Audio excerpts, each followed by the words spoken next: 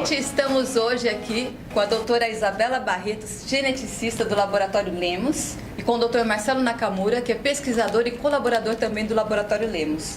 Muito obrigada por vocês estarem aqui. Obrigada pelo convite. Eles são professores aqui da pós-graduação do Dr. Laí Ribeiro, né, da qual eu fiz parte, com muita honra.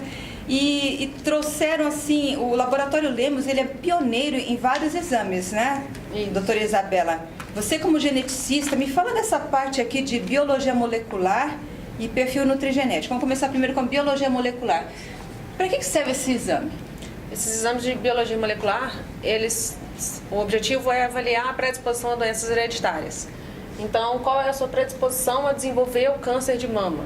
Como foi o exame da Angelina Jolie? A predisposição genética de cada pessoa. Isso. Então, se eu sei que você tem uma determinada predisposição a desenvolver alguma doença, a gente tem como tratar e tentar alterar a expressão desses genes para não deixar essa doença se manifestar.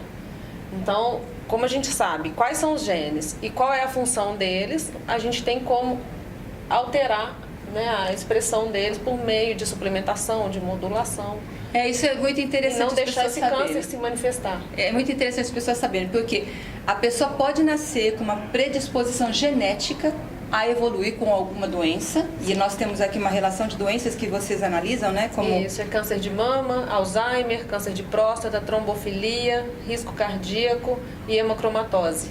Então, a pessoa pode fazer o exame, ver que ela tem essa predisposição, e aí o médico que pediu, ele pode interferir nessa manifestação genética através de alteração de alimentação. Isso já está provado que é possível. Sim, porque uma coisa é você ter uma predisposição. Não é porque você tem alterações em genes relacionados a câncer que você vai desenvolver esse câncer.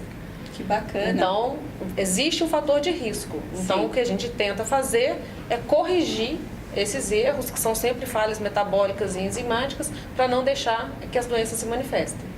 Então, a gente tenta trabalhar dessa forma sempre quando há o risco de doença hereditária.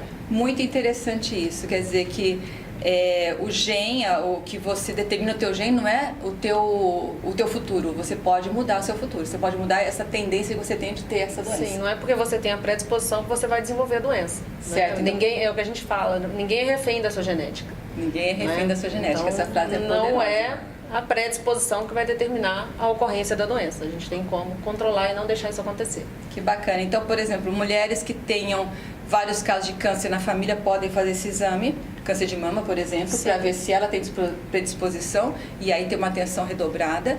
Ou pessoas que vários casos de Alzheimer na família também, sim, né? Podem fazer esse como exame. São doenças hereditárias, a gente sempre tem uma avaliação, né? Os médicos fazem essa triagem antes. E é buscando isso. Existe alguém na família que apresente sintomas, né? Que são cardíacos, ou que já tem caso de câncer na família, ou que tem caso de trombofilia, embolia. Então, se existe alguém na família que já apresenta essas patologias, é um indicativo de que você faça o exame para predisposição hereditária. Né? É um start para você ir fazer o exame. E aqui tem um kit que vocês oferecem para os médicos. Isso, os exames são realizados a partir de saliva, então a pessoa só tem que cuspir no tubinho mesmo e enviar para a gente no laboratório. Daí a gente vai fazer extração de DNA e vai avaliar os marcadores específicos para a doença que está sendo avaliada. Que fantástico. Eu falo que isso é fantástico porque é um exame muito recente aqui no Brasil, não é? Sim, até pouco tempo era tudo mandado para fora. E aí bacana. nós instalamos, montamos um laboratório de biologia molecular dentro do Lemos, um setor novo, e começamos a desenvolver todos esses exames lá. Fantástico. Então, se alguém tiver na família vários casos dessas doenças, principalmente câncer de mama, câncer de próstata, Alzheimer, risco cardíaco, hemocromatose e trombofilia, pede para o seu médico e ele pode orientar para fazer esse exame aqui de DNA, que é um exame simples, é só a coleta na saliva e mostra se realmente você tem, se essa pessoa tem a tendência a essa doença. Isso. A tendência genética, está marcada no gene, né? Exatamente. Que bacana. Obrigada. Agora você também faz um outro exame, né? Esse perfil nutrigenético. Explica pra gente, Isabela, o que é esse O exame? perfil aqui? nutrigenético, ele já vai avaliar falhas metabólicas. Então, qual é a sua predisposição à obesidade? Se você tem mutação em gene que favorece acúmulo de massa gorda, gordura abdominal. Você pode ter uma predisposição genética. Genética. Você pode ter metabolismo lento de carboidrato, que é genético. Então, se for genético, é interessante que você reduza a ingestão de carboidrato. Ou você pode ter metabolismo lento de lipídio. Nesse caso, é interessante uma dieta com menor vai direcionar índice. qual que é a dieta que a pessoa melhor Se se você adapta. tem predisposição genética a diabetes, então se você tem problema em genes relacionados à secreção de insulina, absorção de insulina, transporte de insulina, aonde é que está a falha metabólica, ou se você tem predisposição para inflamar mais, oxidar, isso é a sua capacidade de detox, né, que é eliminar substâncias tóxicas do seu organismo, ela é comprometida, então a gente consegue fazer uma orientação específica para aquele paciente. A gente faz um ajuste fino. A suplementação, a sua orientação vai ser específica. E aí vem a parte de nutrientes e sensibilidade alimentar também, onde a gente pode pegar, por exemplo, a mutação do gene B9 relacionada à vitamina A, né? Que quem tem alteração não consegue converter beta-caroteno em retinol, que é a formativa. Sim. Então, são os casos que as pessoas que comem muito beta-caroteno, que é cenoura, mamão, abóbora, comem e ficam amareladas. Eu sei, se você for Então, uma a palma da mão, tem pessoas que ficam com o olho, a junta dos dedos. ela pode ter uma alteração genética. Ou uma alteração genética que não faz a conversão do beta-caroteno em retinol, que é formativa. Então, acumula beta-caroteno no organismo e ele precisa ser eliminado de alguma forma. Então, o corpo põe para fora. Porque é um pigmento, o beta-caroteno. Porque é um pigmento, aí a pessoa fica amarelada. Aí ela não vai conseguir fabricar a vitamina que ela precisa. Exatamente. E aí a gente vai avaliando essas falhas metabólicas desse jeito. Para a vitamina B9, o gene MTHFR, a pessoa que tem a mutação não consegue converter ácido fólico em folato, que é formativa. Que acho que é uma grande quantidade da população, não é? 70% da população tem essa E as mutação. mulheres às vezes estão tomando ácido fólico para prevenir, por exemplo, algum problema do feto. E não adianta. E não adianta porque ela tem 70%. 70% tem mutação. Que seja heterozigoto ou homozigoto mutante. Mas, de Sim. forma geral, 70% da população tem. E saiu até um artigo agora recentemente publicado relatando o caso de gestantes que usavam excesso de ácido fólico na gestação e a porcentagem de crianças autistas que nasceram. Porque tem relação com o autismo. Porque as mães eram portadoras dessa alteração genética, consumiam ácido fólico, o ácido fólico não é processado corretamente, as crianças nasceram autistas. Então, 80% dos autistas têm essa mutação Que desse absurdo, gene. porque antigamente os médicos prescreviam ácido fólico e hoje eles já não prescrevem Não, o ideal hoje é você fazer já a forma ativa, né, que é o folato. Já prescrevem hoje o metilfolato, que é a Isso. forma ativa. Exatamente. Isso é interessante, que mudou muito, né? Com a genética, com a nossa cadeia genética já toda estabelecida, a gente já sabe qual que é o genoma humano, né? Com esse, que foi em 2003, mudou muito a medicina, né? Sim. Agora você consegue... O interessante é que você direitinho. faz um exame desse, né, não tem idade. O DNA não vai mudar nunca, a gente está avaliando a sequência do seu DNA. É um exame só na vida. Então é um exame que você vai fazer uma vez na vida e se você sabe que tem uma falha metabólica, a suplementação é o resto da vida. Sim, né? sim. Se você tem mutação do gene MTHFR, a suplementação de metilfolato é pro resto da vida, porque você nasceu e vai morrer com a mutação. Você não A vai sua poder tomar deficiência fólico. vai estar sempre ali.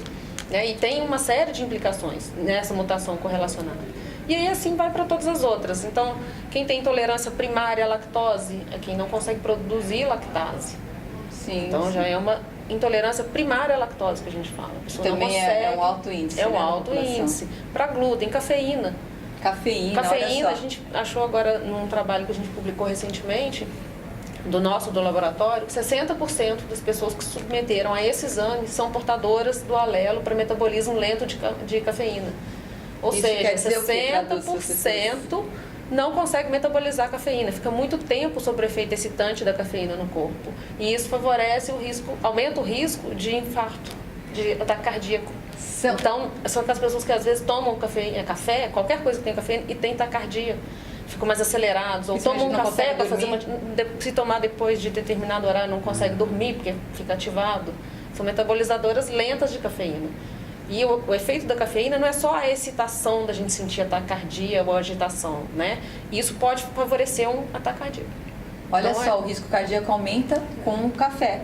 E também com algumas outras, o chá verde, por exemplo. Que tem cafeína, energético, né, com refrigerante, tudo que tem cafeína, né? Não é o café. Gente, então é super interessante fazer esse exame pelo menos uma vez na vida, né? Já que é para sempre, que o nosso gene não muda, né?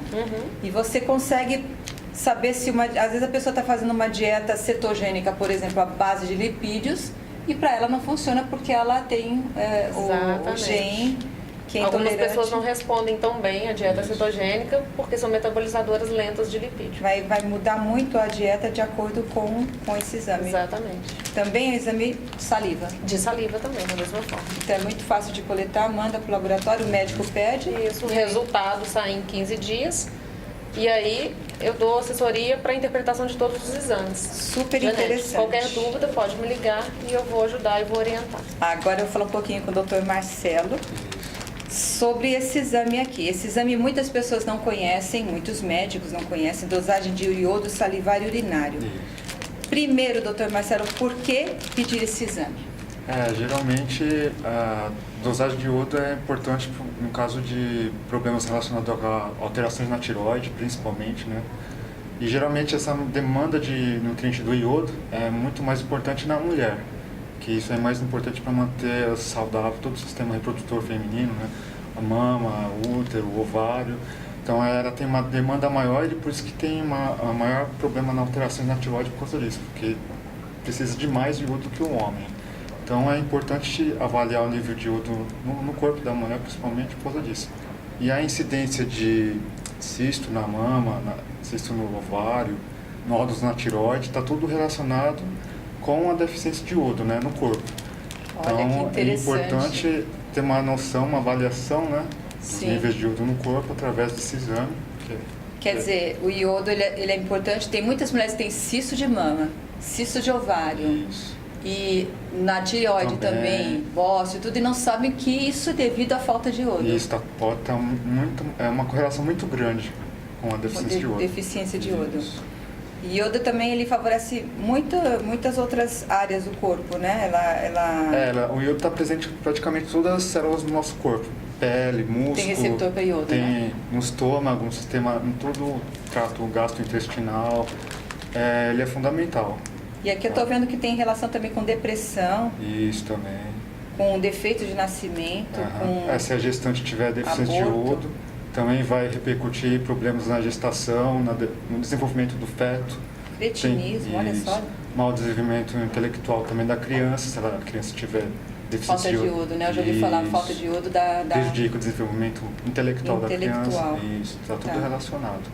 E se o médico vê que está deficiente, propõe reposição de iodo, aí tem uma nova metodologia que foi desenvolvida recente agora, né, no laboratório. A gente consegue monitorar e acompanhar melhor o tratamento com a reposição de iodo. Foram desenvolvidos mais 4 parâmetros, né, que consegue ver a evolução, se está evoluindo ou não, se tem algum problema no metabolismo do iodo ingerido, se ele está conseguindo ser absorvido ou não, ou se não, a pessoa ingere iodo, pode ser tudo excretado, não está sendo absorvido. Por isso que é na saliva e na urina. Isso, você vai ver o quanto que ela absorve ou não. Isso, ou se não absorve. Tem muita gente que está usando Lugol, né, principalmente. Pensa que está sendo absorvido e metabolizado e não, está sendo tudo excretado pela urina. Então esse exame é importante para avaliar essa questão. E tem outro problema também, a pessoa ingere o iodo, né, absorve, só que ele não consegue metabolizar direito para formar o hormônio tiroidiano, para tratar o hipotiroidismo. Né? Então isso aí consegue avaliar também nesse novo exame. Que bacana, quer dizer, é super importante o iodo. Muitas pessoas desconhecem isso. É legal enfatizar. Às vezes um cisto de mama resolve só regularizando a dosagem de iodo do seu corpo. Isso ajuda muito. Olha que fantástico. Muito. Né? Ou tomando ou passando, né? Ou passando, Pode sumir o cisto. Depois eu vou conversar com o Dr. Lúcio sobre as reposições hormonais e a dosagem hormonal, porque as pessoas não sabem, e ele fala muito em aula, isso é muito interessante, que a gente tem que tomar cuidado com tudo que a gente passa na pele, porque absorve muito, né? Altamente. Altamente. Né? E a gente pode contaminar as outras pessoas, né? também. Sim, Então, sim. sempre que for passar alguma coisa na pele, passar em parte que fica coberta o dia inteiro. Então, tá de calça, passa onde vai vestir a calça depois, para não alterar e não ter problema. Sim, e simplesmente tomar cuidado também com que o couro cabeludo absorve muito mais, né? Também. Tem áreas Que que você são passa, assim. mais vascularizadas, É. então a absorção é maior, tem que tomar esses cuidados também. Por isso que tem algumas pessoas que usam iodo tópico para cisto de mama, por Pode exemplo, usar porque ele é também. absorvido, né? Isso. Ajuda também no tratamento. Que bacana, muito interessante. Agora, me fala uma coisa. Esses exames são recentes aqui no Brasil. A gente sabe que em outros países já tem há algum tempo, mas aqui no Brasil são recentes. E nós, os médicos, como é que a gente fica sabendo porque assim, a gente sabe que o nível na saliva é diferente do sangue. Como é que um médico pode se atualizar nesse sentido de analisar, de pegar o resultado e saber como prescrever para o paciente? Vocês têm alguma informação? As informações sobre as dosagens, você pode encontrar algumas informações no nosso site, que é www.lemoslab.com.br, e nós fazemos sempre curso de atualização. Para os médicos? Para médicos e profissionais da área de saúde, dentistas, nutricionistas. Então, nesses cursos a gente fala sobre isso tudo. A diferença de nível sérico, que é no sangue, e salivar é mais para a parte hormonal. Tá. DNA, tanto faz. Se for sangue ou saliva, é o Tá. mesmo resultado. Porque DNA é único, mesmo, né? É único, independente da origem onde a gente vai extrair o material. E no caso do iodo, níveis de iodo na saliva representam melhor os níveis de iodo no corpo da pessoa. Como os hormônios, né? Porque é o iodo que a pessoa está realmente absorvendo, Isso, é está isso, né? retendo, isso. Você pode ter muito iodo no sangue e não está sendo absorvido. No iodo não tem tanto essa relação, é mais Não. na saliva e urina mesmo. Saliva e urina. Isso. Ah, legal, legal. Tá. Então é importante Bacana. ver níveis de iodo na saliva, que é mais representativo, se está os níveis de iodo ideal ou não no corpo. Tá. Então os médicos podem procurar e o laboratório e vocês têm os A cursos gente de dá atualização. toda a orientação, para quem realiza os exames com a gente dá todo o suporte nas interpretações dos exames e a gente está sempre fazendo cursos de atualização. Fantástico. À medida que a gente vai estudando, a gente está sempre publicando, a gente quer ser científico também, nós somos. Eu sei que vocês têm vários artigos, né? Vocês estão Esse ano vários nós artigos. publicamos 30 trabalhos em congressos. Parabéns, parabéns. Mais um Muitos artigo que artigos. foi publicado. Então, assim, a gente não pode ter toda essa informação na nossa mão, analisar todos esses dados e guardar isso pra gente. A gente Não. tem que divulgar, é uma obrigação nossa, eu vejo assim. Sim. E compartilhar isso com todo mundo. É um serviço muito bom para as pessoas, porque são conhecimentos novos. Olha que incrível você saber que às vezes você está repondo uma vitamina, tomando uma vitamina, e essa vitamina está te fazendo mal ao invés de bem. Sim. Né? Você não vai metabolizar Tá e vai metabolizando. acumular. Às vezes tem um cisto de mama e esse cisto é pela falta de iodo. Isso. Né? Então, assim, é incrível isso, é incrível. Parabéns pelo serviço de vocês, pelo trabalho de vocês, por estarem atualizando e colaborando tanto com a medicina aqui do Brasil. Obrigada. Parabéns, muito obrigada, viu? Obrigada a você pelo convite. Saber